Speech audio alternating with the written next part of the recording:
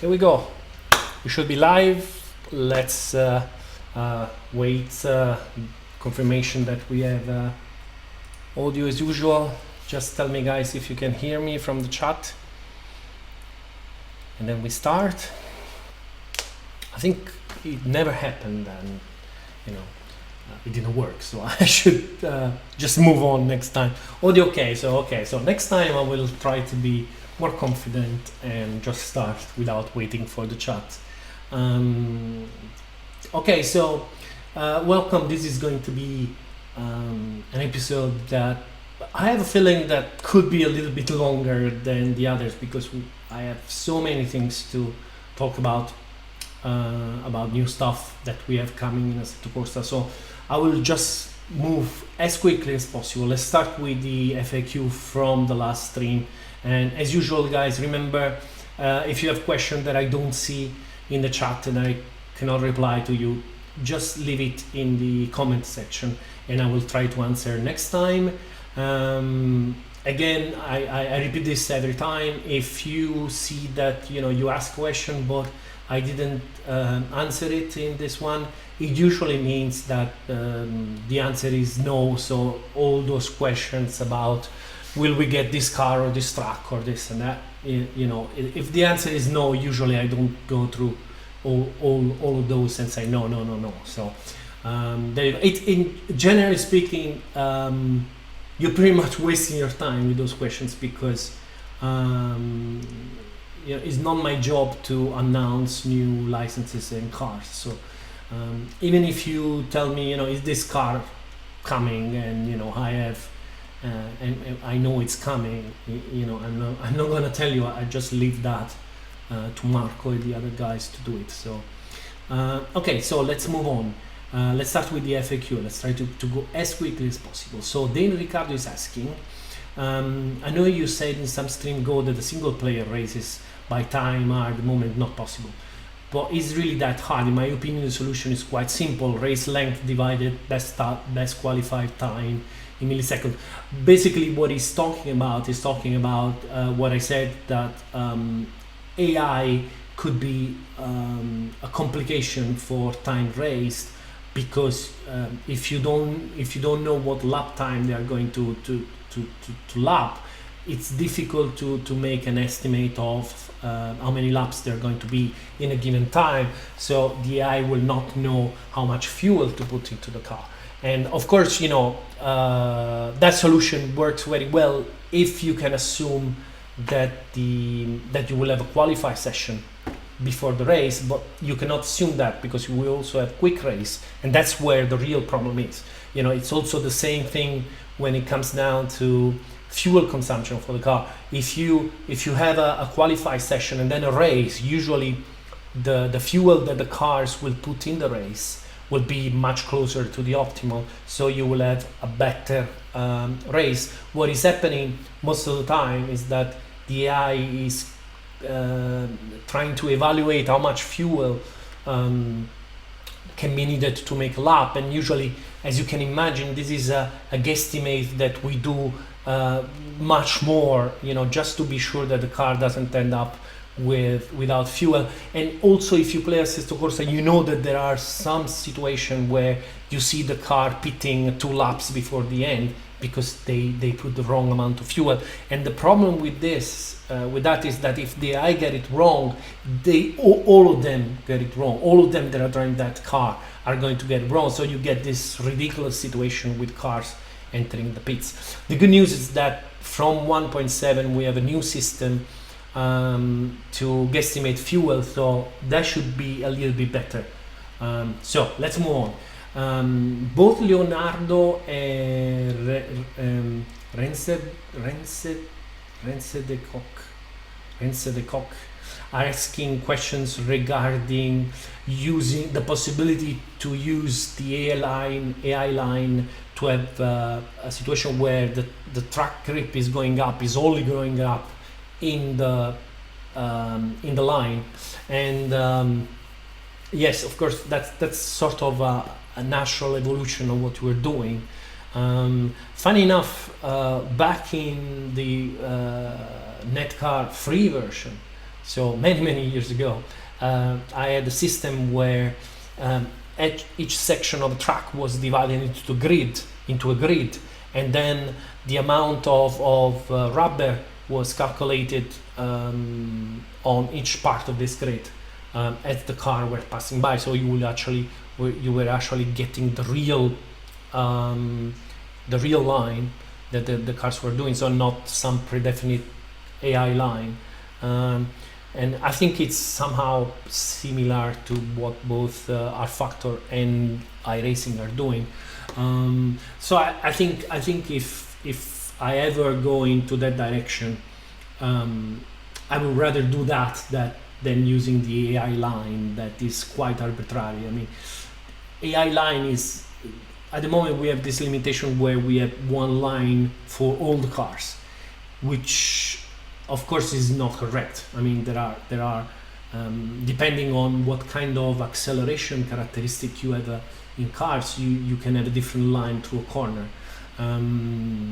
So having that attached to the AI line, I don't like the idea very much. Honestly, I don't think any of this will come out in Assetto Corsa 1 point whatever, so it is not something that is going to happen in this version of Assetto Corsa for sure.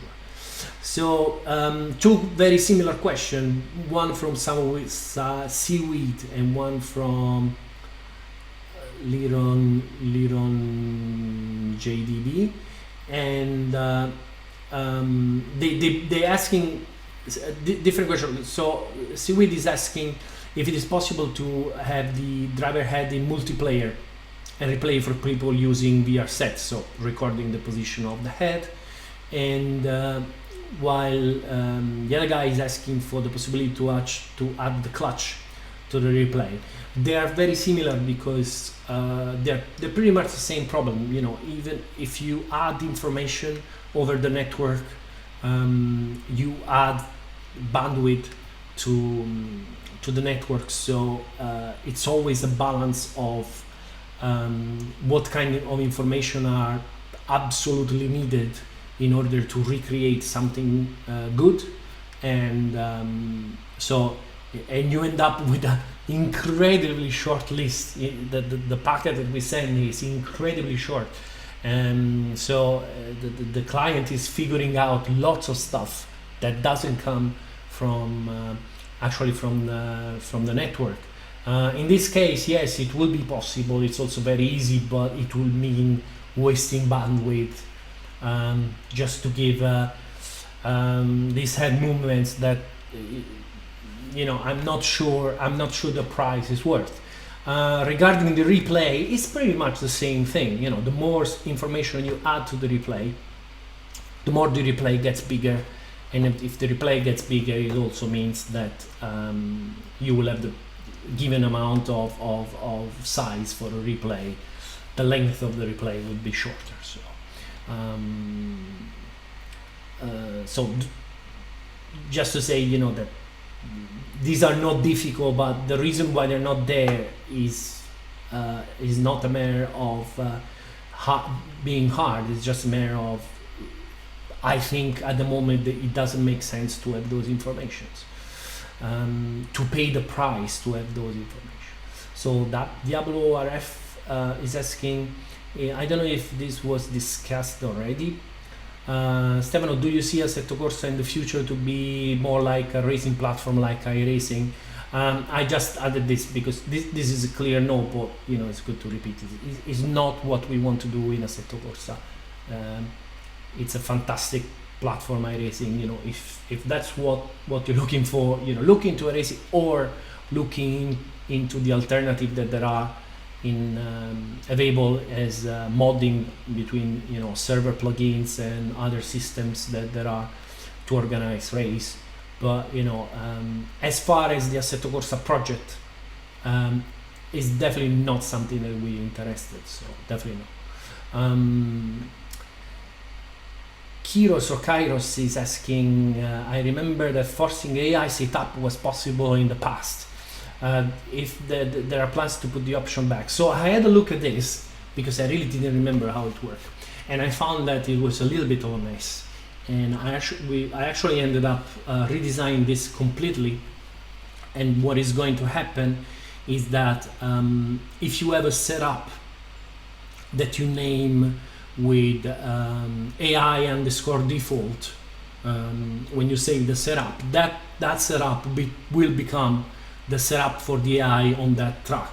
So that's going to be in 1.7, and so yeah, so it's definitely coming back, because I understand there are situations where, of course, the AI is not doing any setup; it's always using the setup or default setup, and there are situations with some cars. A track like Barcelona and a track like Monza require very different setups. So I totally understand this is needed.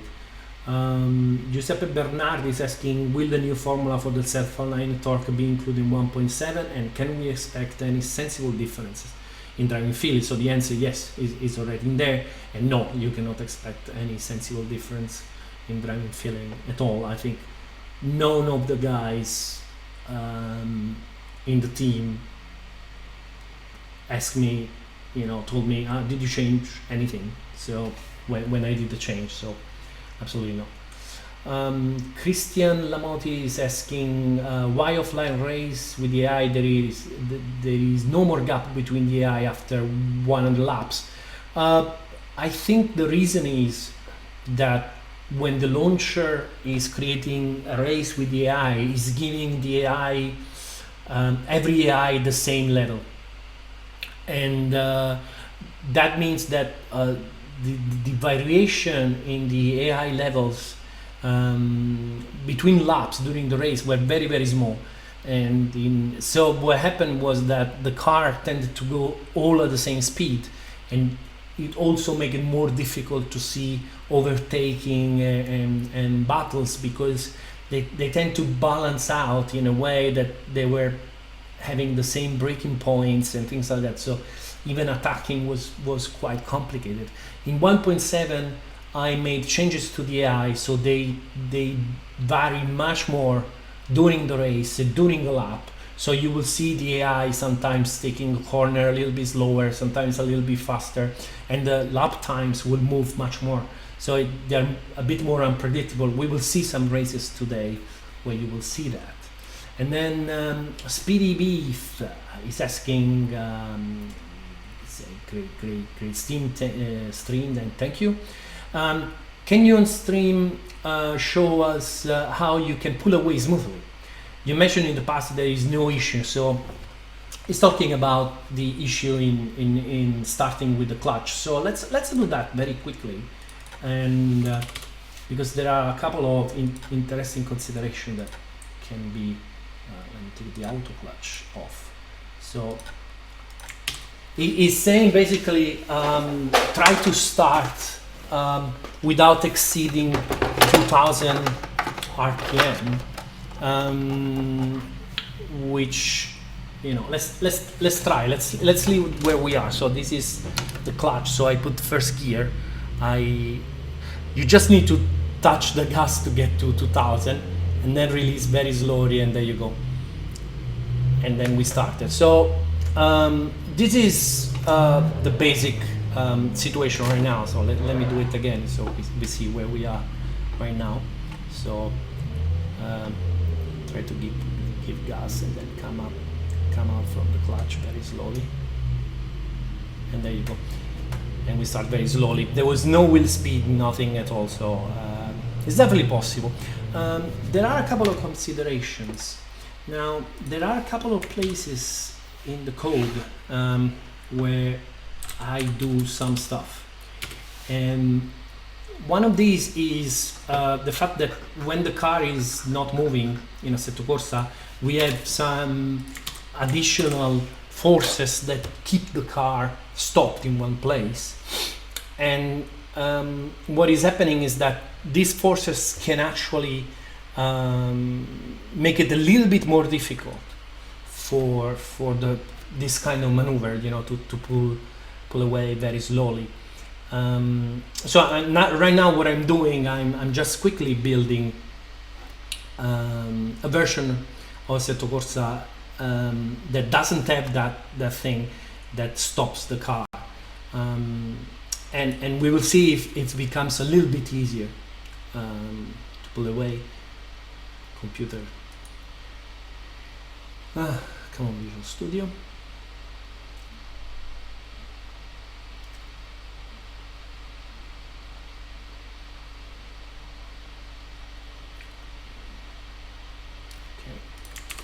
Let's see if it's a little bit better. Okay, so first gear, a little bit of gas. Not a huge, colossal difference. Okay, but there's something else to say.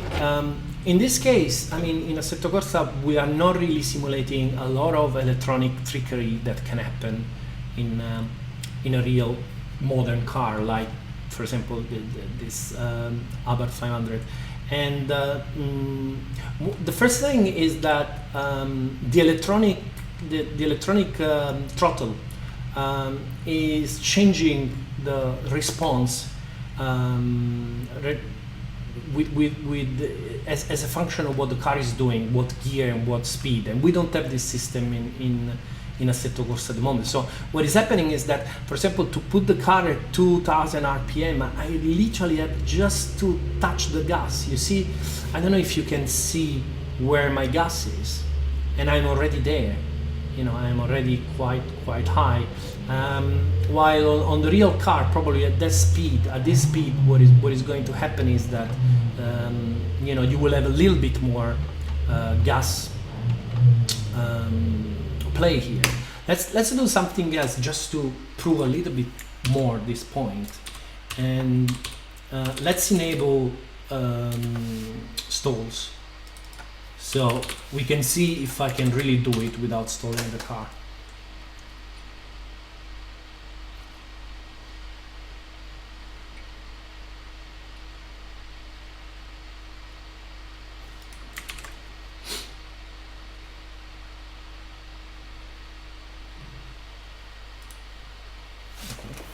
So turn on the engine. Okay, so yes, just for a check, let's do it with stalling. So I really scratch bang and it stalled the engine. So that worked. Now what is interesting is that in a car like this, I will just try very quickly to hack in. In a real car, what is happening is that the computer will sort of give gas to the car in order to avoid the car going under the limit.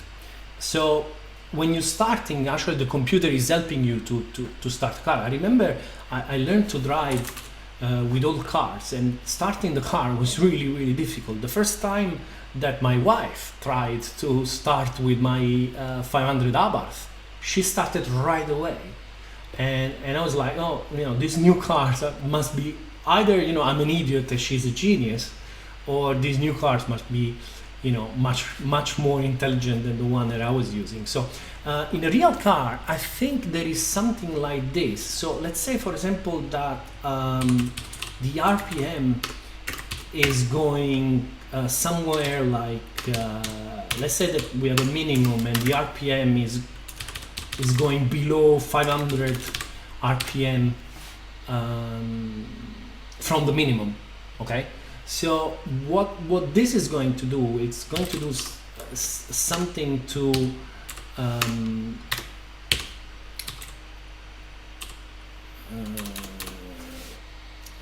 basically give more gas, no? So it's going to be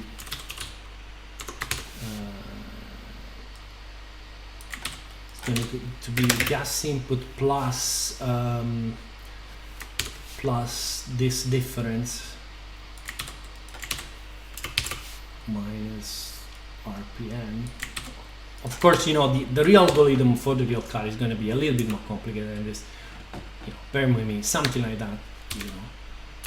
plus 0.1. I just put a number there. So if this is working, the first effect that we should see is that the minimum should be a little bit higher. That's if this is working, because now the computer is trying to keep the minimum as what the minimum was, which was 900 something, to that number plus 500. Okay, and we can see straight away that we are exactly at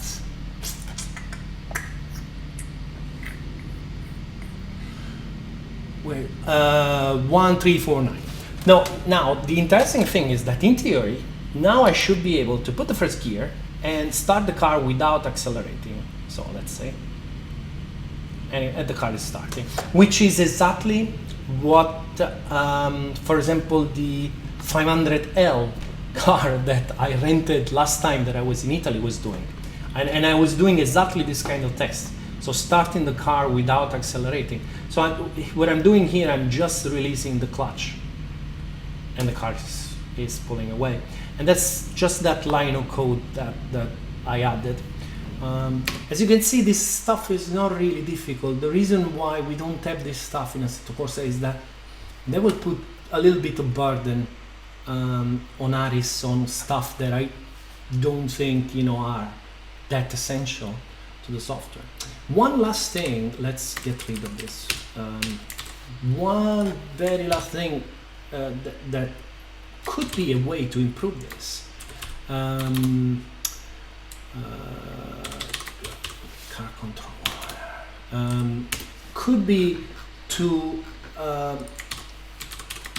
use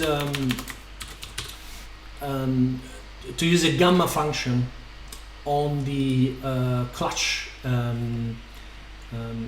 similar to what we use for the brake pedal. So in this case, this value will be power of clutch value. I think let's try something like this. So what you are trying to do is we are trying to have more sensibility in the area near where the pedal is completely pressed. So in other words, right now when I release the clutch, it bites immediately in the very beginning of the clutch movement. So what I'm trying to do is trying to get a little bit more sensibility there. We should be able to see it from the pedal up. Yeah, okay, so you cannot see this, but I have my real pedal is probably around 50%, but here I'm more into the 70%. So what I did, I now have more sensibility right there. I have more resolution of signal right there. So if I start the car, in theory I should be able to release the clutch even, and keep the RPM really there. It makes it even more easy. So yeah, it's at the end, it's definitely possible to do it. Just a little bit of practice will make things easier, like in a real car. But it's also true that it's a little bit more difficult than a real car if we are talking about cars like modern cars like the 500.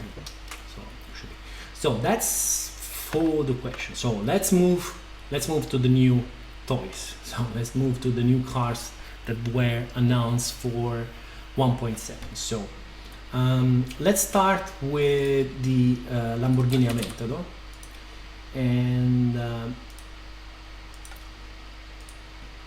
let's have a look what's interesting with this car. So one of the things that is a bit sad is that because oh my god, I don't like this color. Please give me another color. Okay, we like the red. So the sad thing is that we have so many cool new stuff into this car, but because we have the F1, you know, this car that could be the highlight of an entire DLC ends up being a bit shadowed by the other cars. What we have cool on this car, we have lots of stuff on the I was pointing at the screen like an idiot. We have a very cool G meter here in the display, so we can see the G that we're pulling on the display. That's cool. We have the new AVD code for this car.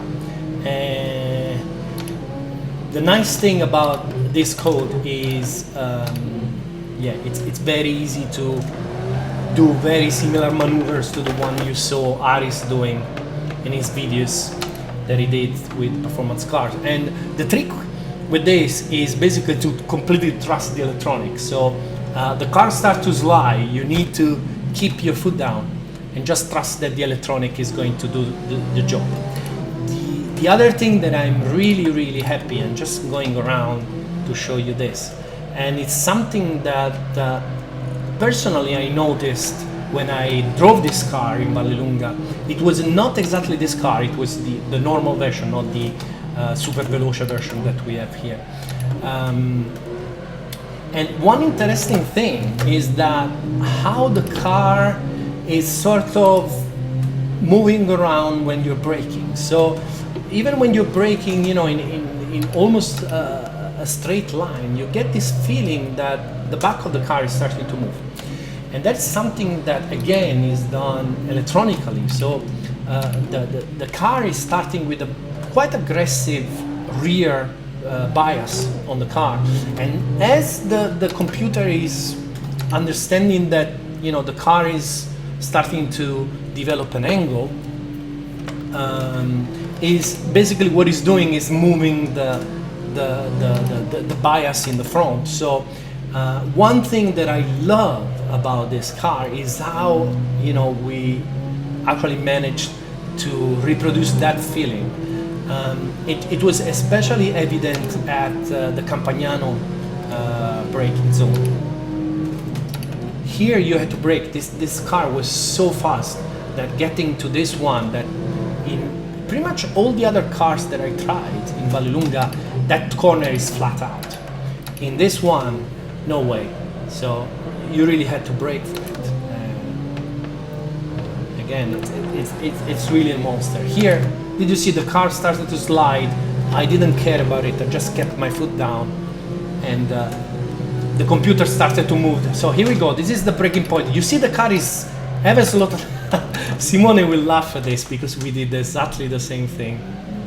We did exactly the same thing in Vallelunga. You know, I went long exactly that way. But you could see that the car was a little bit moving around on the brake.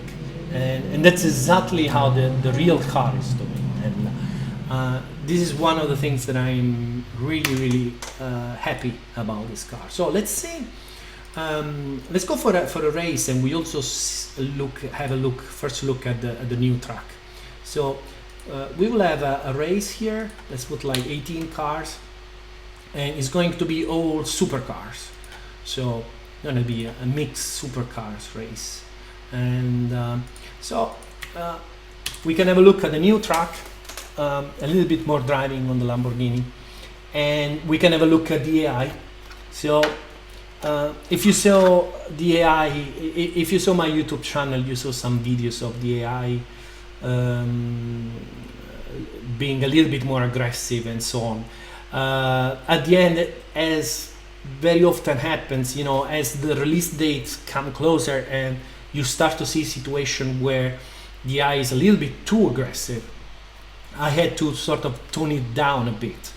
But I have a feeling that I've got a much better code right now.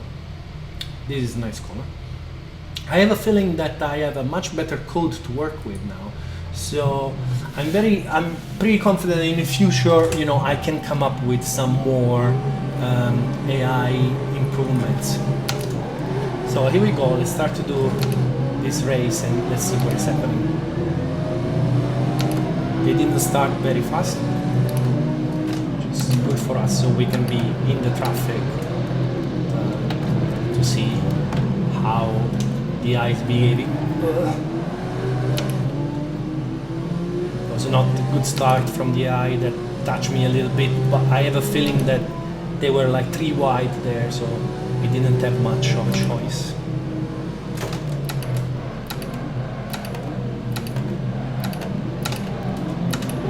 So we have an attack here, and this is immediately something new that we didn't see with the old AI. And also what that car is doing, that Zonda over there, is much faster, and you see how aggressive is going to pass the other cars. Or at least is trying to.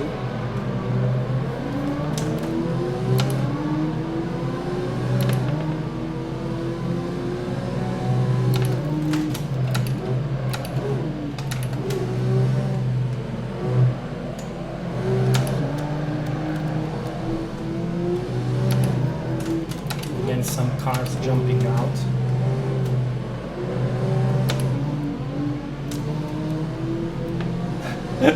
The roof in the middle of the road. I have a feeling maybe the roof put the wrong tire. I'm not sure. It looks a little bit slower than the other. This is a corner that personally create me a lot of problems because of the lines on the road, and you know, especially if you try it for the first time with the F1, you get so fast there that, you know, those lines come very fast and you get really confused what the real line is over there. So I see this battle here. You see that you should be able already, if you know Assetto Corsa, to see we are almost 3 wide here, to see already that the races are much more alive. We are seeing much more battles happening around us. Let's try to get drafting from this McLaren, but Zonda is passing, so I cannot move. It's not a Zonda, it's a wire.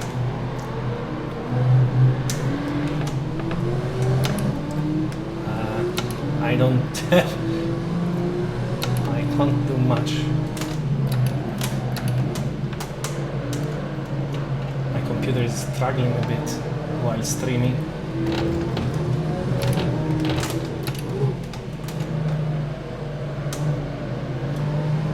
We are coming to the corner that I told you is, you know, the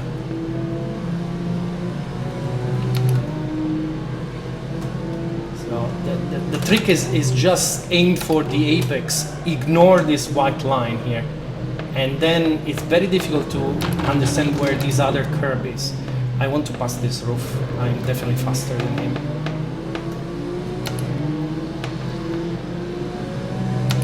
Come on. Come on! No, I'm not faster than him, but I should brake faster, yeah. Way faster. Okay, it's good.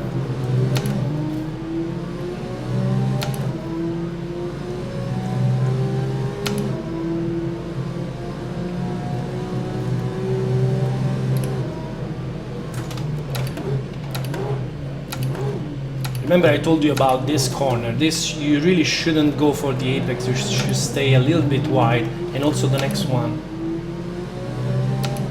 Because of the camber of the road, you will find that being on the outside of this corner without clipping is slightly faster. I'm long here, I'm long.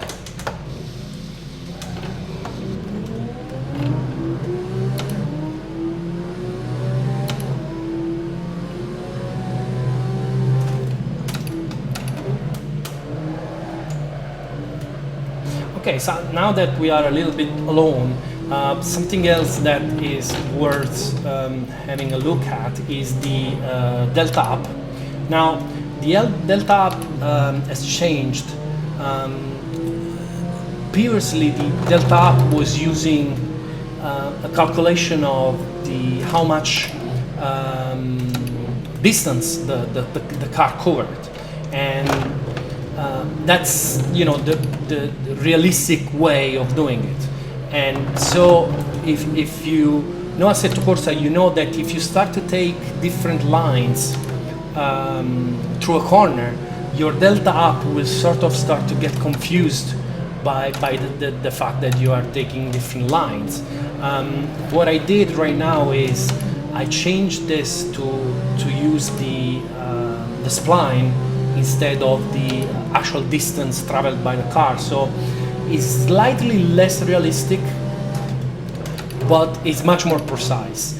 And the main reason why I did this is because this is opening the door for the possibility to either have penalties based on this delta, because, you know, it just gives you a much more precise information of where you are compared your lap time. It's slightly faster to compute, not a big deal, but I want to before for example, AI cars didn't calculate their delta. I also want to use the delta as an information in the leaderboards.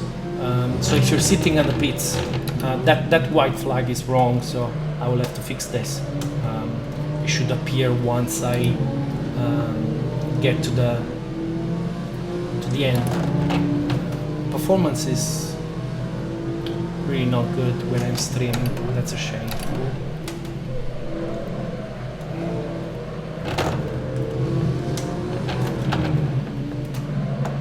So here we start last laps. Another small difference, you can see that in the GUI here is saying 5 lap, while I was still on my 4th lap. So what it's doing right now is just giving you the information of the laps of the leader. So it's telling you actually we are in the 5th lap of the race, even though it's not your 5th lap.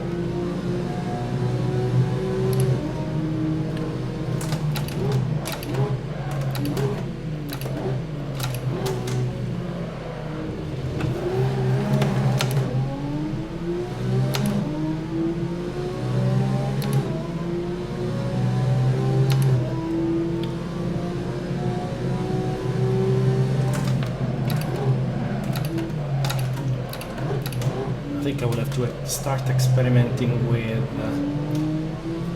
either shadow play to get a better capture, because I get lots of stuttering.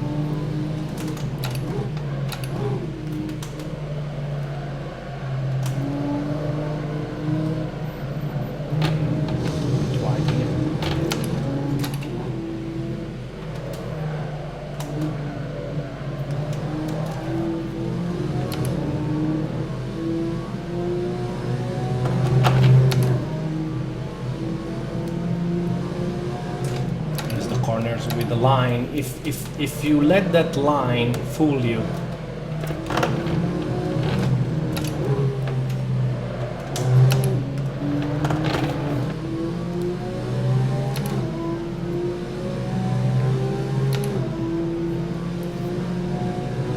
there we go. So that's the end of the race. So we saw in this race, you know, a little bit more interesting behavior, I think, from the artificial intelligence and this car. Let me just check if my log is spamming stuff, because the stuttering was it was okay. Hold on, I left some printer thing. I wonder if that was the reason for the stuttering.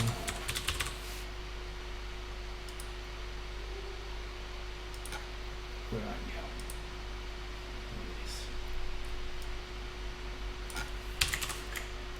Right, okay, so let's move on to the next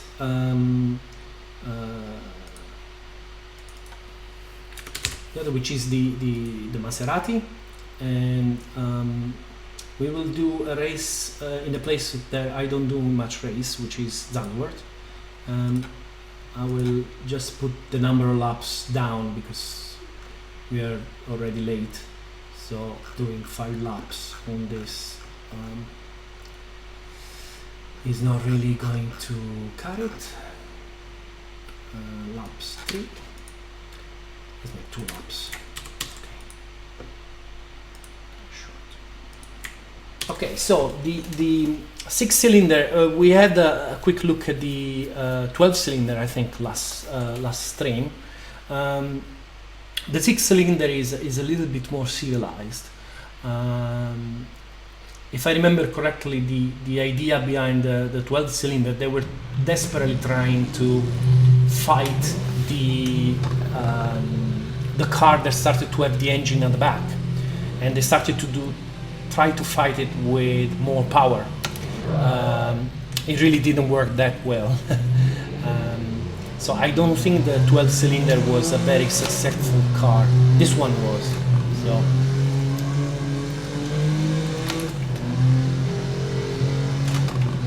you also, I think you can. Oh my God! I have to remember. This needs to break much earlier. Sadly, this stuttering is still there. You might have noticed already that the AI didn't open up on the start as much, so it didn't really leave that central gap. Lots of battling over here. I still, I don't want to jinx myself, but still reasonably well behaving.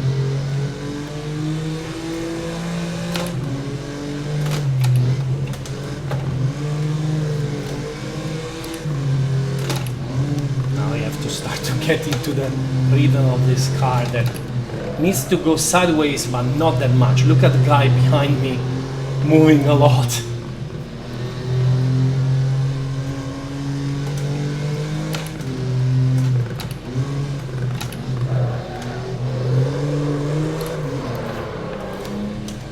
Too much oversteer in that case. It's like a balance. You need to find the right amount of oversteer that you want. Especially when you change gear, I find myself going on the gas in a too aggressive way when I change gear, and the car just snaps away, and I lose a lot of time. As I was saying in the other stream, these are not difficult cars. You see me doing a lot of movement on the steering wheel, but it's whoa. Oh, this guy. The force feedback is just telling you exactly what you need to do to keep the car straight, so it's not really difficult to drive this car. It's very, very straightforward.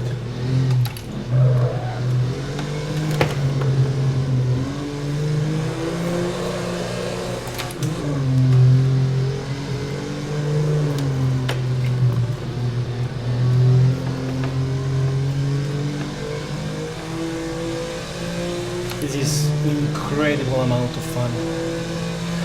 Something else that you might notice is how more the car not all following the same line, and especially on the straights, they sort of get different lines.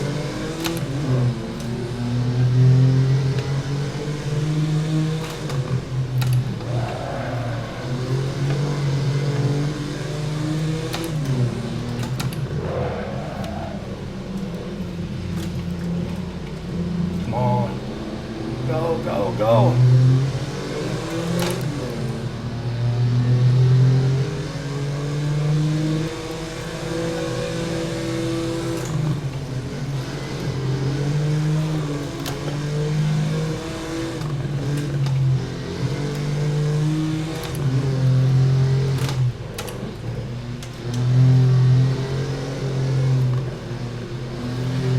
You can.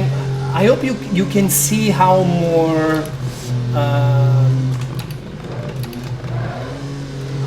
How the AI is using more variations, sometimes, you know, some guy is fast in this corner, sometimes the other guy is faster. Oh my god, I almost lost it.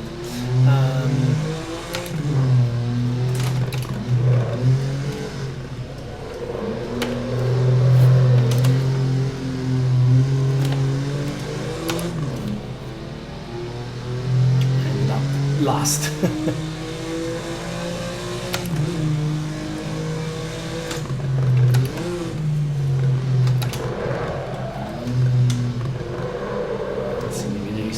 Space to do something because they are packing up. I think there is somebody a little bit slower in the front, but no, I don't think there is any hope. But you see in front they are fighting for position.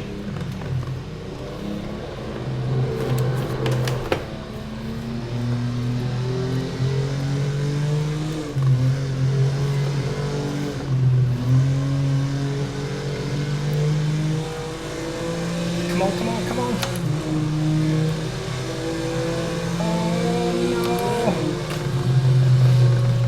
Finish last.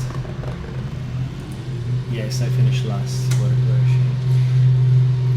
Okay, so let me see if I'm still spamming something in the log. The stuttering is so annoying. Not really. Not really. Right. Okay, let's move on. Let's move on to the. Let me see if I have something.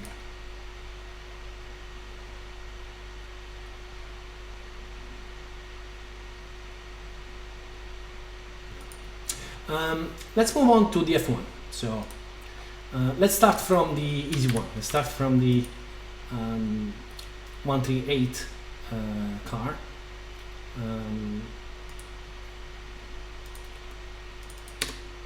It's a couple of laps at the Red Bull Ring. So this is a much more traditional car. You will see that once we start to talk about the 15 car, which is, you know, really the main point of this stream. This one in theory is somehow more traditional, but because you have DRS and curves on this car, it sort of requires you to have much more action on the steering wheel compared to the 15. So this is your typical F1 car. So, lots of power, lots of downforce, lots of grip.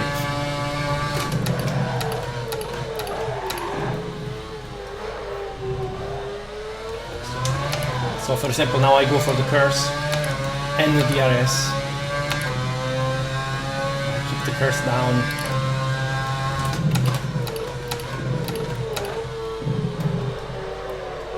You will have to excuse my driving. You know, this car is simply too fast for my brain. I can't think at this speed.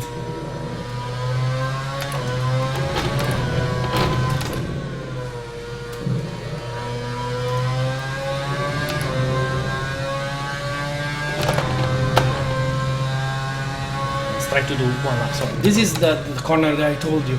So just aim for the apex and ignore the lines.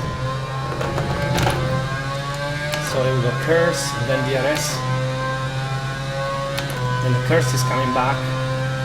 You just have a certain amount of curse that you can use in a lap. Curse again.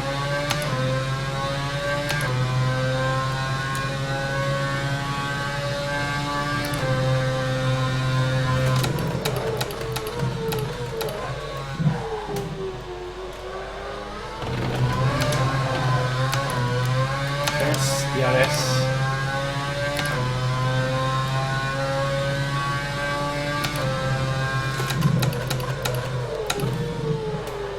Wide here.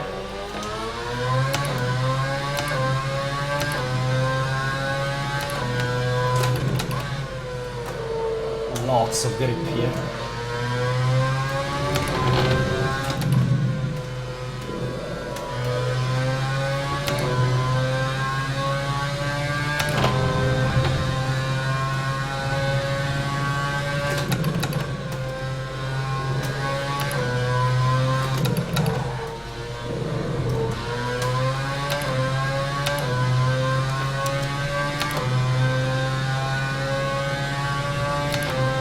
No, my lap was a pathetic 1:14.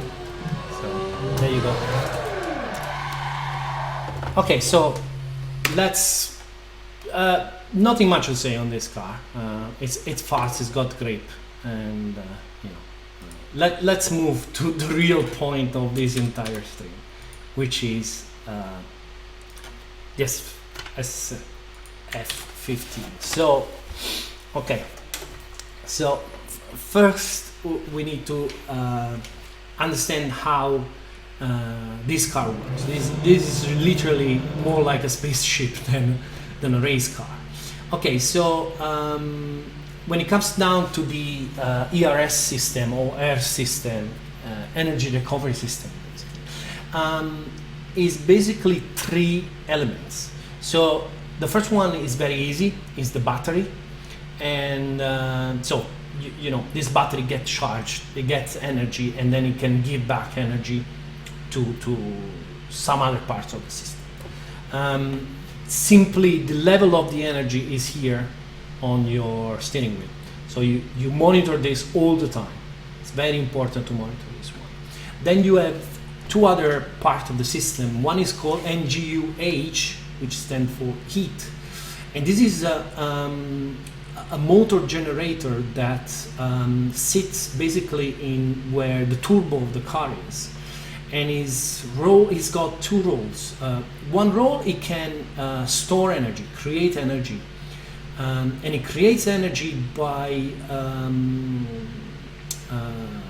transforming heat energy into electricity, and this energy that is generating, it can either send it to the batteries or it can send it to the other motor that there is in the system. We will see this later how it works. The other important function of this MGU-H is that is able to spin or brake the turbo itself. So what this system is doing is trying to eliminate turbo lag. So it's pre-spinning your turbo. It doesn't let your turbo slow down too much. At the same time, it's also braking your turbo, so you either don't exceed whatever rule Formula 1 has, and also you don't burn too much fuel. So there is a lot of logic that goes into how this system is working with the turbo. Then there is the third element of the system, which is called NGUK, and K is for kinetic. And K, this one is more similar to your traditional curse. So what it's doing is able to generate energy when you're braking or when you're coasting, and is sending this energy to the battery, or is able to generate torque and is giving you power to the wheels. So now that these are the basic three systems that we have. So let's see what kind of controls we have on this car, because this thing can get really complicated. So basically we have 4 sets of controls that we've mapped on the keyboard at the moment, and it's control 1, control 2, control 3, control 4. Will give you the possibility to change different things. So let's say, for example, control 1. So control 1, as you can see the message up there, what it's saying is MGUK recovery 70%, 80%, 90%, blah, blah, blah. So what this is basically controlling how much of, you can think about how much this motor generator is attached to your engine when you're braking or when you're coasting. So in other words, when the torque is going on the opposite way. The more you connect these two, the more energy you are generating. So, and that's good, right? So that you will think, okay, well, you know, why would I want to put this one down? The reason you might want to put it down is because this is attached to your to your entire drivetrain when you're braking. What is happening is that is really because it's creating a braking torque as well. is creating an additional braking torque on your rear tires that can make the car really tricky to drive under braking and or under coasting. So you have a lot of tendency of the car to move at the back, and because of the torque that the braking torque that this system is generating while it's harvesting energy is a little bit unpredictable because it depends on voltage and so on. It's not a kind of braking torque that you get from the engine that you sort of learn how to predict how it's going to do, and usually has a pretty much linear or as a little bit of a curve, and you sort of learn how to deal with it. This one is really a little bit all over the place, and so you find yourself struggling with this motor that wants to brake the back of your car, and braking can become a little bit difficult. Now, one interesting thing that Formula One car have is the fact that you might know already that in these cars the brake is not really attached to the brake pump, but is an electronic brake, exactly like the gas is an electronic gas. So they actually are allowed to have a system that can reduce automatically the braking force at the back as a function of how much kinetic energy you are trying to recover. What does it mean? Basically means that as you're going up with this value, the car is sort of helping you by reducing the braking force at the rear, so it becomes a little bit more manageable. But once you will try, you will see that driving this one with 100% can be really tricky. So you can be in situations where you might want to switch to different strategy for this one. So that's the first control that we have. Then we have the second control, which is probably the most important one, and this one is called MGU-K delivery. This is switching the algorithms that select how much power is used in a single moment is coming from the kinetic motor. Let me try to have a lap. And I hope that on YouTube this comes out okay. So let's choose a balanced high profile here. So what we're looking for here is the blue line. There is a blue, so we have a line which is the orange line. This is the turbo, okay? And you see already it's doing strange stuff. You see what it's doing? So for a moment it's sort of, okay, I want to keep spinning up and so on, and then it goes down. And that's what I was saying about the heat engine that is trying to keep it spinning. And there are complex algorithms to control that one. So what we're really looking is the blue line here. So as I start moving, we'll see that in this profile, probably in first and second, yeah, here you go. In the second, you start to see that line coming up, and that's the electric motor that is starting to you see already how twitchy this car is. So that's the electric motor. You see that now in the top gear, it went away. So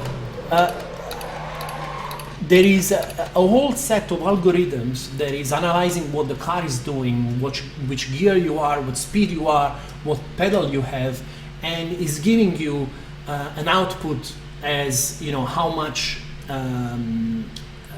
torque from the kinetic engine you want, and you change that by changing this strategy. So for example, this strategy overtake, the name says itself, so it's probably a strategy that maximize acceleration and top speed, so it allow you to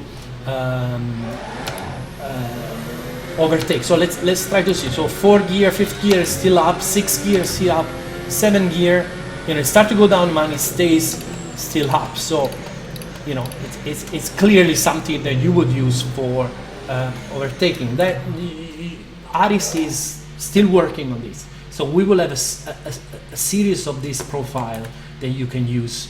Hot lap is, you know, just using as much energy as possible. Charging means, you know, is using as less energy as possible. Let's try to see, for example, let's try to see if we can see the difference. So we should see almost no activity. There you go. I'm third, fourth. At the moment, there is no activity at all. So I'm not using the kinetic motor to accelerate at all. So what is happening is that let's have an example. Let's go into hot lap mode. Okay. So now as I drive, you should start to see the energy going down.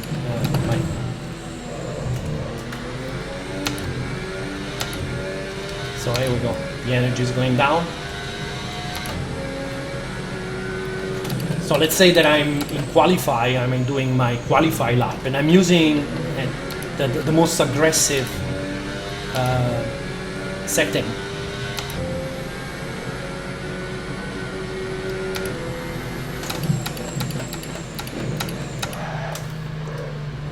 You see how weird the car can feel under braking,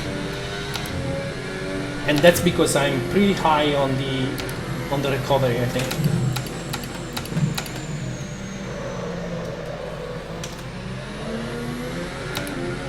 I need to remember next time I do a stream, I have to try to restart my computer because the stuttering is killing me. I have like 20 frames per second, but at a certain point it's starting to stutter. Okay, so this is a very short lap. You know, the Red Bull Ring is a very, very short track. So we see that we ended up with you know, less than 50% battery, and we're still using it. So what is happening is that if you use this one, and let's say, okay, you did your qualify lap, now you probably won't have enough energy to do another one with the same performance. So what you do, you switch to charging, and now, you know, you are not using it, so it will charge much faster. So let's put this up to 90%. Let's see if I can show you how annoying it could be under braking. You saw the car sort of wanted to rotate there, and that was a spike from the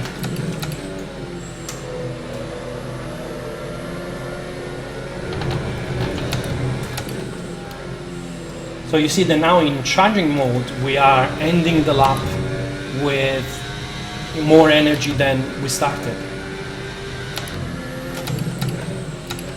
So once we are here, we switch it back to hot lap mode. There you go. And now we're back in hot lap mode, and we can use all the power again for the hot lap mode. Now, let me finish. Go through the various controls, and then I will tell you something about what is the difference that we have in Assetto Corsa compared to what the real car is doing in that situation. So, Control 3 is changing something which is called MGU-H mode. So with this mode, we can select, okay, so to recap, the MGU-H is the heat engine, is the one that is attached to the turbo and is creating energy. Now, this motor can do two things.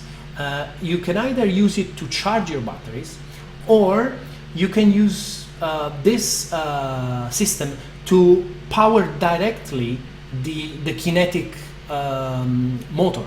So again, it's a strategic choice. One thing that is interesting is the rule is very complicated. So the kinetic motor can only generate, I think, 4 megajoules of power during one lap. But the other one, the MGU-H, can generate unlimited amount of power. So by moving that to generate power, you send even more power to the car, so you can use more power for the duration of the lap. So ideally, if you're doing a qualify, what you want to be in hot lap mode and want to be with this one motor, so you get all the power that you have available throughout the lap. The default mode is battery, so it's basically recharging the battery to be used in other laps. Finally, Control 4 is a variation of the engine brake. And this one, again, has got lots of implications. One implication is, first of all, the way the engine brake changes is the computer is just giving a little bit of gas to compensate for the braking torque of the engine. So that means that if you want a car that is easier to drive, so with low engine brake, it also means that you have a car that is using more fuel. So the advantage of low engine brake is that the car is easier to drive. The disadvantage is you use more fuel. Now, using more engine brake, the car is a little bit more difficult to drive. You use a little bit less fuel, and the torque that is coming from the engine when the engine is coasting is also going to charge the kinetic energy motor. So I try my best to try to explain it to you, but as you can see, it's very complicated. I didn't have really, I really didn't have a something that I went through and I rehearsed to try to explain this.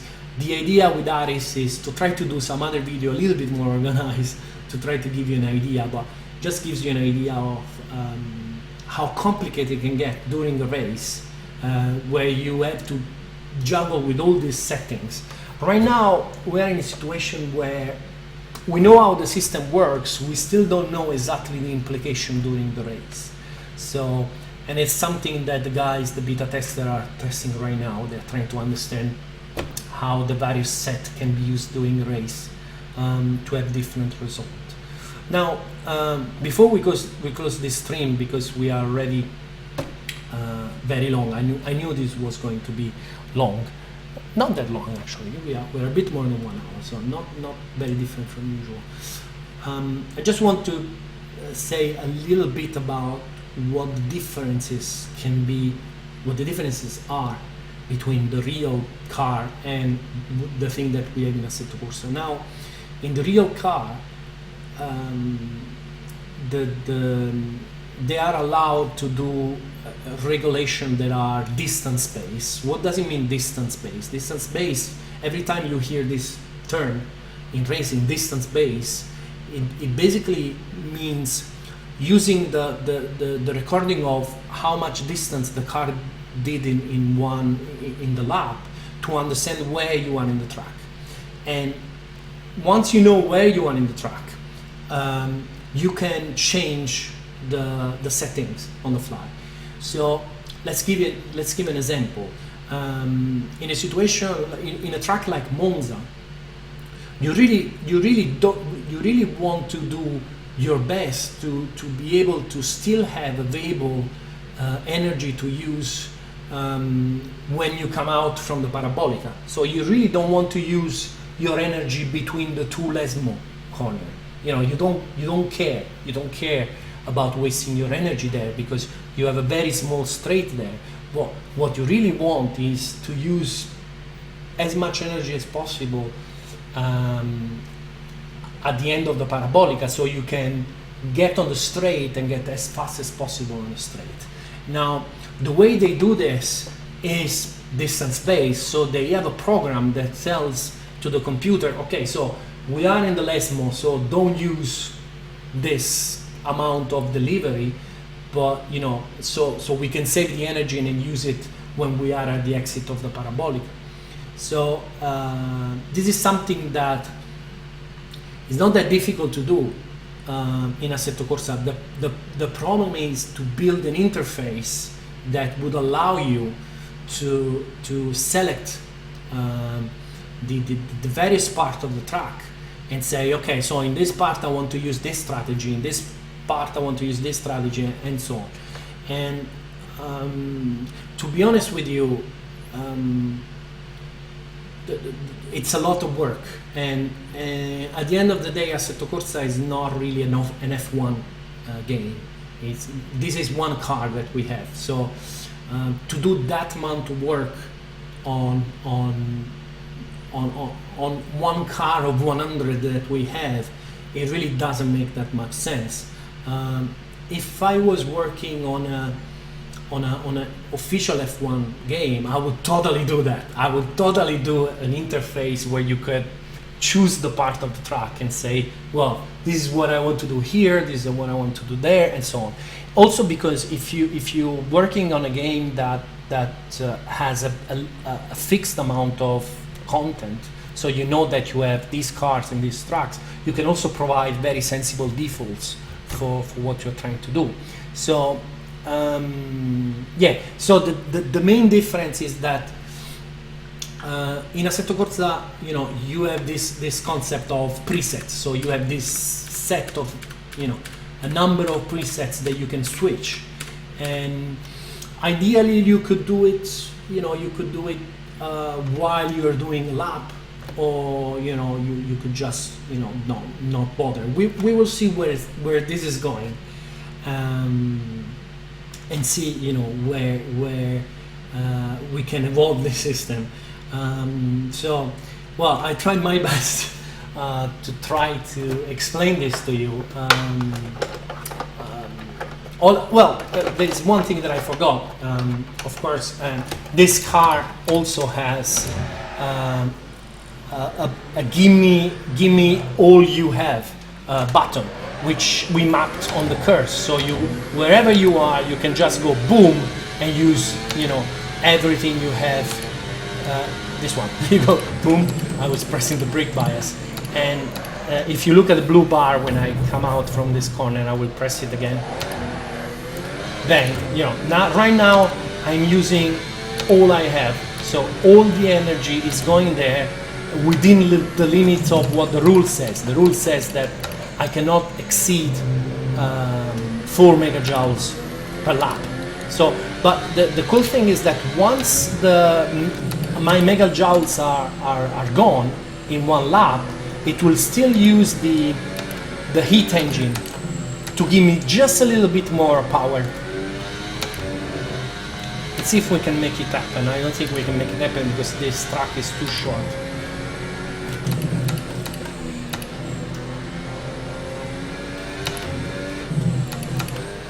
Still using all of it. Let's see if we can get in a situation where it's not using it anymore. I don't think so. The lap is finished. Anyway, it will do it. At a certain point in a long track, if you keep it pressed too much, it will not be able to do it anymore. So yeah, I tried to do my best to explain this one. We will try it again with Aris to explain, and I really hope you guys will appreciate the fact that we didn't really just put this car in and did what we could with the code that we had available. We really wrote a lot of code specific for this car and for this system that simply didn't exist in Assetto Corsa before, and was done in the last month, and on my part, and Aris, as I said, is still working on the system. So there you go. So I'm totally dead for the stream of today. So let's move to the quick questions.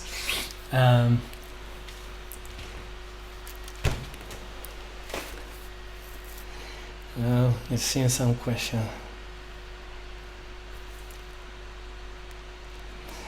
They're saying about the switching through the different settings. We also have a system that control and a number will go forward in the list, control shift and that number will go back in the list, so you can sort of map it to your steering wheel. Eventually we will make it a button like the other buttons, but you know, it's still 8 buttons to configure, so we need to work out how this will work.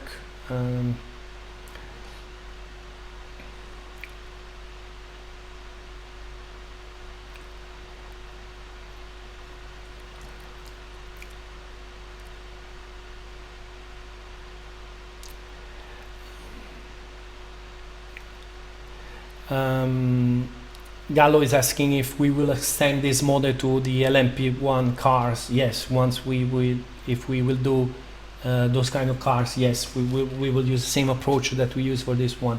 So yes. People asking about what other cars will be in the DLC. I will let Marco doing this stuff and finish the announcement the way he wants, so I will not spoil what other cars using. In very interesting question from Guido is asking if the AI is going to use all this trickery on the on the 15 car, and sadly the answer is no. At the moment the AI is not going to use that. It's just going to use default settings all the time. So sadly, yeah, it's too close to release. You know, as you know, our initial plan was to release this one 2 weeks ago when they did the race there, and we are 2 weeks long. So yeah, sadly that's one thing of professional software. You need to deal with deadlines, you know, and you need to hit your deadlines, because otherwise, you know, the entire company will start to suffer. And yeah.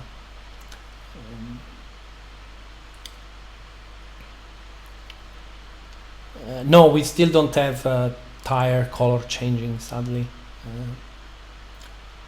Again, it's very important to understand that, you know, it is not that because we have an F1 car we are turning Assetto Corsa into an F1 simulator. One thing that I'm going to try again to do, but literally, as you know, I have basically 2 days left to work, because I'm not going to do any major work on Wednesday.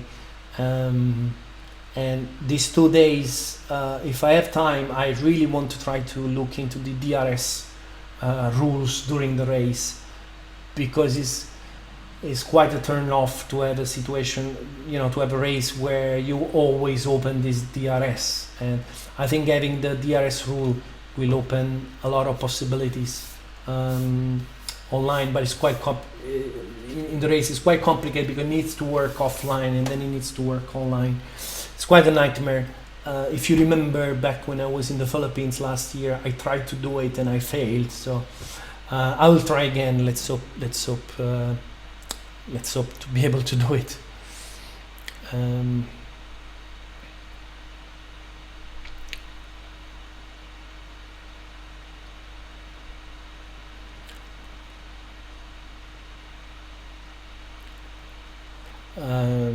People asking how much the red pack will cost. I don't know. It's not, you know, my part of my job is to get, you know, to go crazy on this stuff. So and I leave the marketing to the guys. So saying they hope I can get a day off when it's released. Yeah, I hope to. I hope this time. My plan is to try to do a couple of weeks without Assetto Corsa. Let's see if I can manage or not.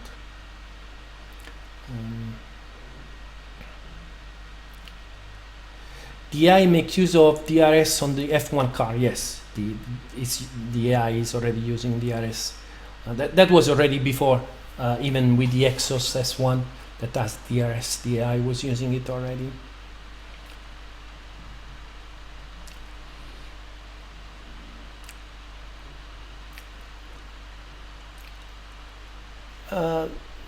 People keep asking this thing about why it's different to choose grip on a single player and a multiplayer. I really don't understand, you know, not my experience. In 1.7 you will have the grip in you know, in the real-time application, so you will be able to actually see the number while you're driving. So if there is a bug there, I'm not saying there is no bug. If there is a bug there, you know, it should be very easy to find. But at the moment, there is no. Can I show a full start? Yes, let's try that. Let's try that.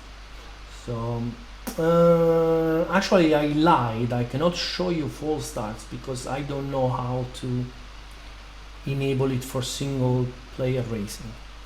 So I will give you a very quick a very quick description. You basically have three modes. So you have one mode, the mode where you have no jump starts, and pretty much is exactly as Assetto Corsa has been for the last since the beginning. Then you have one mode where you have a teleport, and then you have one mode where maybe I can show it online. So let's try to do this. I never try to do this, but there you go. So what you will have in your server, you will have where is it? Start loop. So you will have 0 for as it was until now. 1 you will have teleport, and then you will have I think I cannot show you this, guys. I'm sorry. I cannot show you this stuff. I'm sorry. But yeah, so teleport means you do the full start and you get thrown to the pits. Let's try to see if we are lucky. Let's see if we are lucky. Let's see if we can, you know, just try very quickly. I don't know which one of the two is enabled in single player. Sadly, you know, it's not a part of the code that I'm writing, so I'm not totally sure what the hell I'm doing. But so let's see how this one is working. So we should be able to, yeah. So this we can put the first gear now. We can start, bang, and then we got the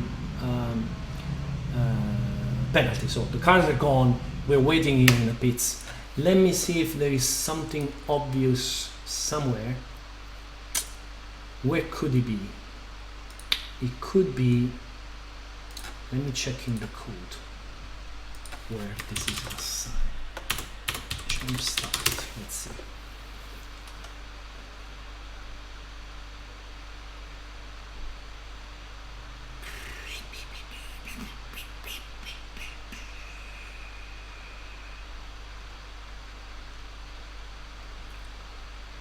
Okay, so it should be somewhere there.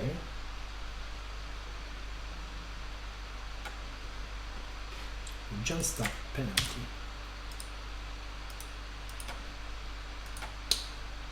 Jump start penalty. Yes. Jump start penalty 2. And let's see.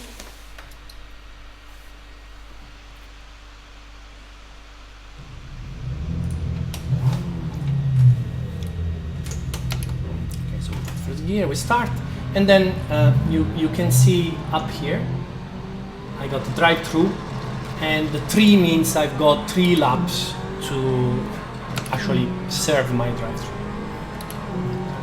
That's how it's working. So the nice thing is that we now have a drive-through system that we will be able eventually to use it in other situations, like, you know, online. We could give race admins the possibility to assign a drive-through to some drivers and so on.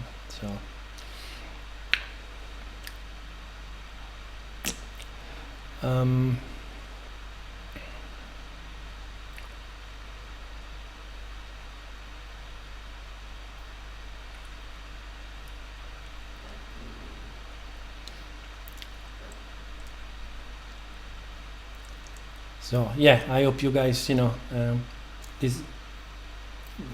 If you remember the poll we did, you know, we're trying to go through those which were the things that you asked most, and yeah, one by one, slowly, we will tick all this. Giuliano is asking if the cars take into account the dirty air generated from the cars ahead. Actually, it happens already.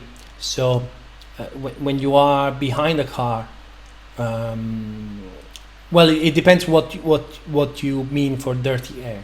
So at the moment, what you do is you get less drag, so you go faster, but you also get less downforce. So if you are behind a corner in a high speed corner, you can't go as fast as the guy in front of you. Stefano, we will get the new clutch system with the new F1 car. I don't think so.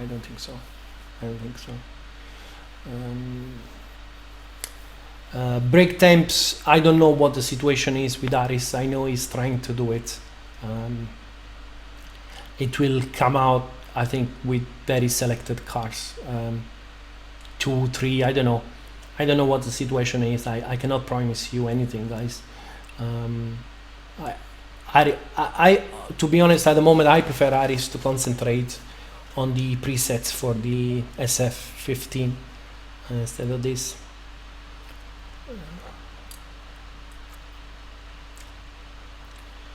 Can I show you the flashing lights? No, because I don't know which cars have it. But you will see it next week. We tried. Yeah, it works. It also works in multiplayer. So.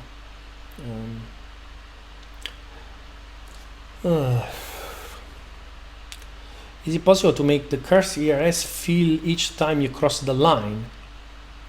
Well, that's not how it works.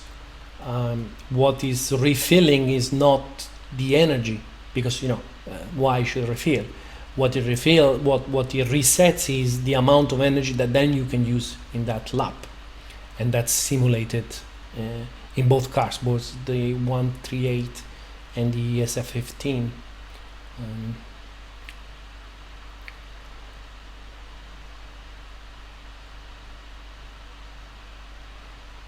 Yeah, I should change the password. Yeah, that's just my test server. It's not really. Yeah, it's not really.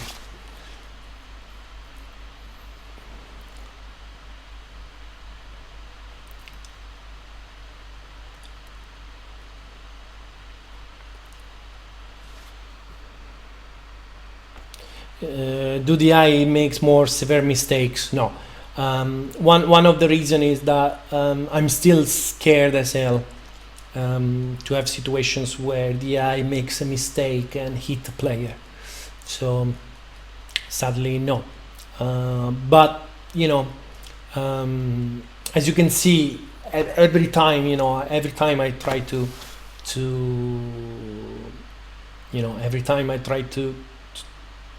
make a little step forward. I was hoping of a bigger step forward for this AI, but I think it is actually. I think I got used to it. I think it is a step forward, but I will wait to see what the comments on the internet are. Until I keep seeing these comments of people saying that the AI hit them. For me, it's very difficult to understand. As you can see, I can do complete races without having problems. We didn't watch the replay for that Lamborghini Aventador race where I was in the inside and the guy came close to me, but then when I look at the back, I saw that there were like 2 or 3 cars, so probably they were like 2 wide or 3 wide, which is something that happens at the moment with the AI, where they're pretty happy to get 3 wide on the race start, and in some situation, if they're already 3 wide, then you start to get on the inside, it's gonna be trouble. But yeah.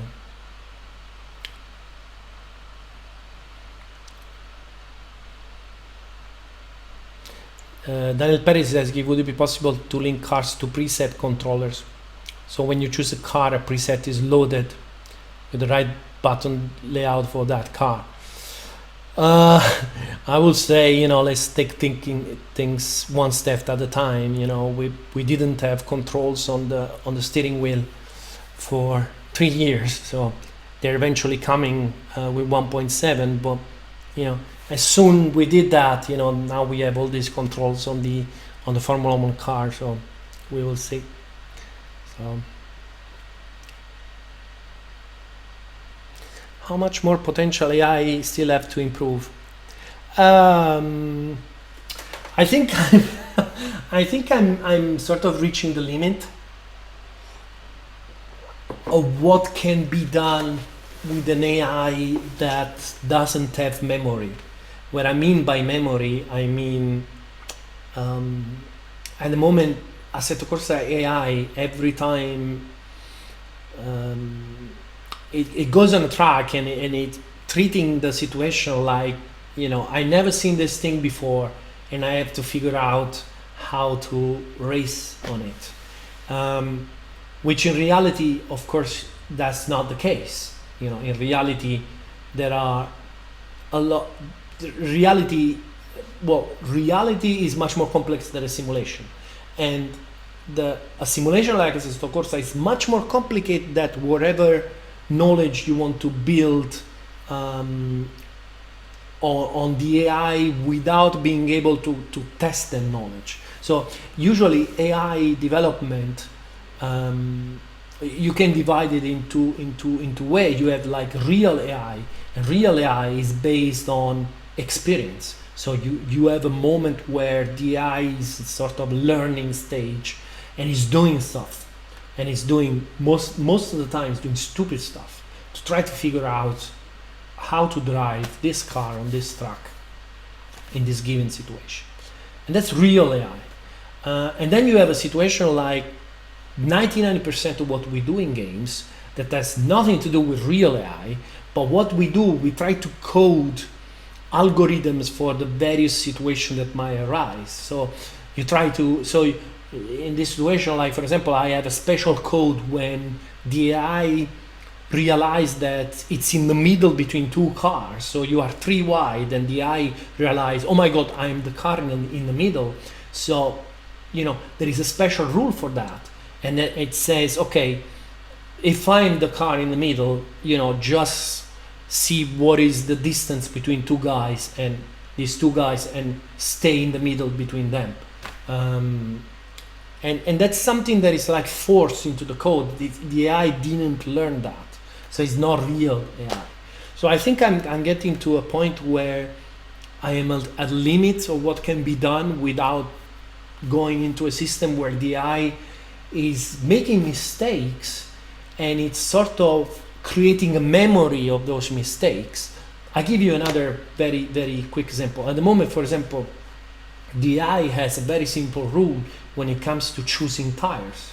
The AI says, okay, if I'm in a qualify session, just get the tire with more grip of the tire that I have available.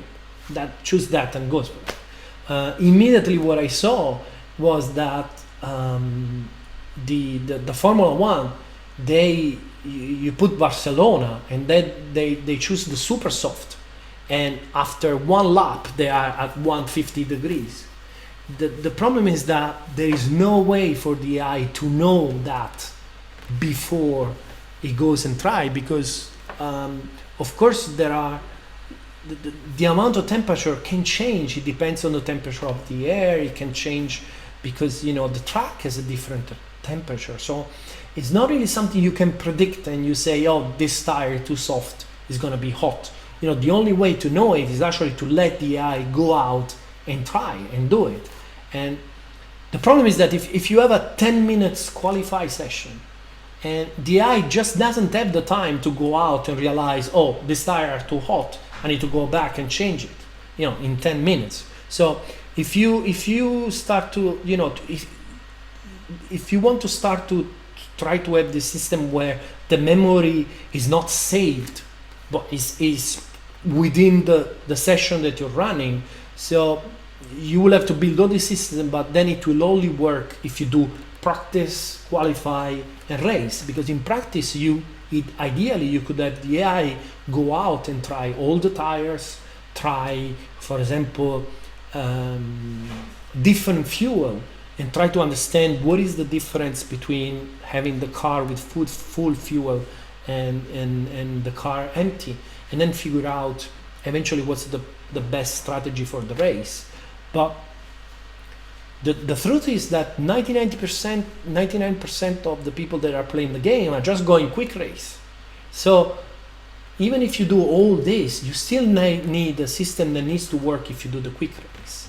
So the other option is to go into a situation where the AI goes for the first time in Barcelona, put the super soft tires, and comes back with the tire on fire. It goes like, I shouldn't do this, and you know what, I'm gonna save it to a file saying, well, don't do that in Barcelona, super soft, not a good idea. But to close this long rant, what is the problem with that? The problem with that is that it becomes really, really, really, really complicated to figure out what reality you have on your computers, because right now we are in a situation that if you tell me, if you do a bug report and you say, okay, you put a race in Mugello, 10 laps, this thing happened, and I can go on my computer and go Mugello 10 laps, bang, it will happen also on my computer, because there is no evolution in the AI. But once the AI is evolving its decision and there is a bug report saying the AI chose the wrong tire somewhere, support becomes a nightmare, because whatever happened, it depends on whatever memory the AI has saved on your computer, which is going to be totally different from the one that was saved on my computer. So things are complicated when a game like Assetto Corsa comes out, because then you have modding, so you cannot come up, because if you have a game where you're simulating one season and you have your 15 cars, 10 cars that you're simulating on your 10 tracks, you have this 100 combination, you build a system that is just having the AI running races one after the other, and you're building up all this memory for the artificial intelligence, and that becomes part of the game. So is not evolving. So again, you have very good AI, but it's something that you can control. Anyway, it gets long, and if I start to talk about these things, we will be making nights. Luis is saying, AI is useless for a simulator. I think everybody, for every person that says that the only important thing is the multiplayer, you will find another person that would say, no, I don't have time for the multiplayer, I really want the AI. So it really comes down to whatever.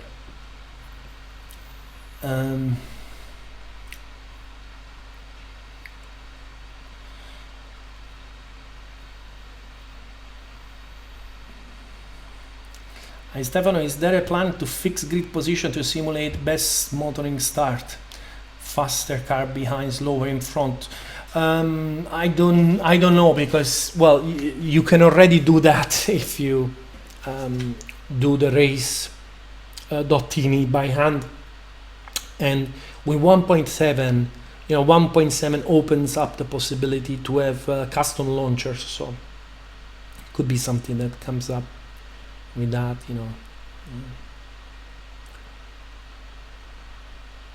Yeah, Peter is saying, I have to do an AI school at Kunos and then relays without evolving. The problem is that, yes, it works, but what do we do with the mod car and trucks?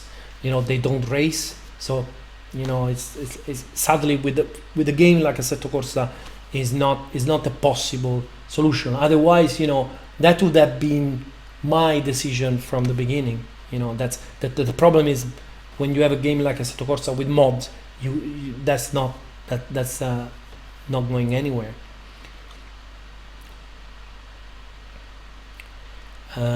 Mike is also talking about the energy, blah blah blah, and he's saying each lap battery is being restored. The lap is restored.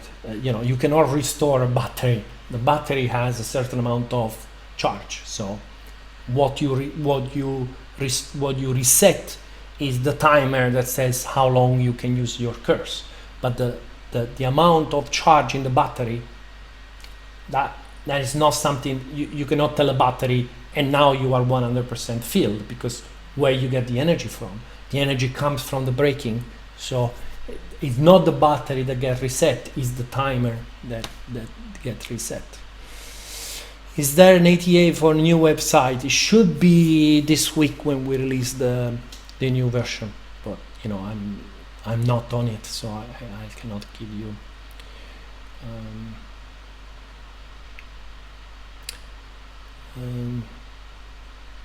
Will 1.7 comes with the tire model 10? Yes, all the new cars in 1.7 have the version 10.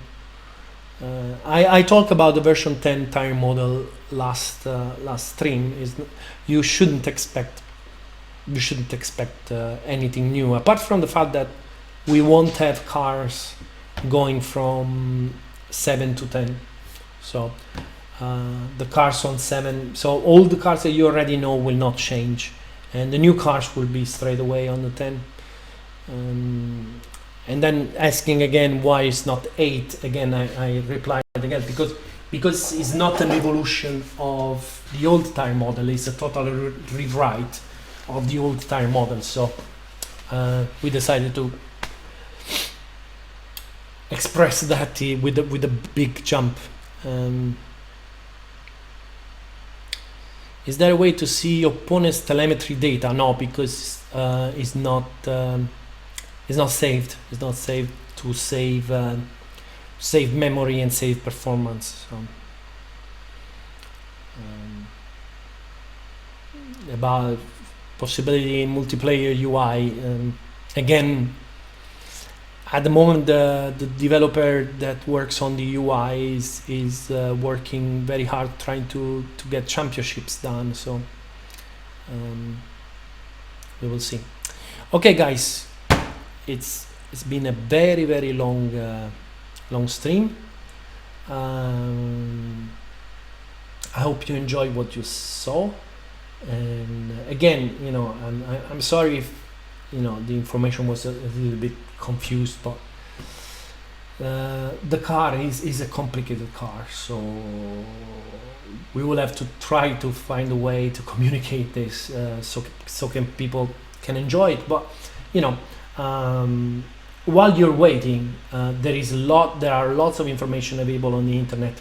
If you look for ERS Formula 1, there's lots of information. It will tell you how the system works, and you know, if you have an idea of how the system is composed, it's going to be easier to understand what Assetto Corsa is doing with those systems. You know, we match the system pretty close, so you know, once you understand pretty much the system, what it's doing, you know, you should be able to understand what the game is doing. So I will see you next week, and by next week hopefully the game will be out. You know, if there is no disaster happening in the world or in Kunos Simulazione, the software will be out, so we will be talking about how the launch went. You know, hopefully there was no major disaster when we release. If you've been an Assetto Corsa user for sometimes, you know usually what happens when we release. You know, there's a couple of days where usually we come up with a couple of fixes straight away for things that people find. They're getting less and less these days. So in a way we're getting better with release. So let's hope this one goes well as well. So there you go, guys. See you next time, and ciao ciao.